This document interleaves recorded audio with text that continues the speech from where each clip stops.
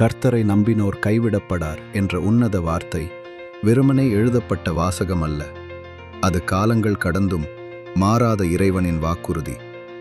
இந்த உலகத்தில் மனிதர்களின் வாக்குறுதிகளும் சூழ்நிலைகளும், ஏன் சில நேரங்களில் நம்முடைய சொந்த பலமுமே நம்மை ஏமாற்றிவிடலாம்.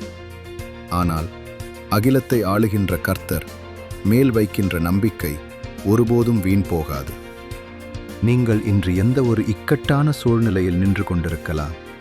உங்களைச் சுற்றி கதவுகள் அனைத்தும் அடைக்கப்பட்டு கைவிடப்பட்ட நிலையை நீங்கள் உணரலாம்.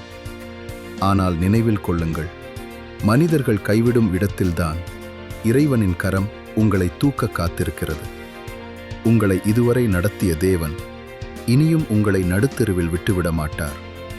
உங்கள் கண்ணீரைக் கண்டு உங்கள் பாரங்களைச் சுமக்க அவர் ஆயத்தமாயிருக்கிறார்.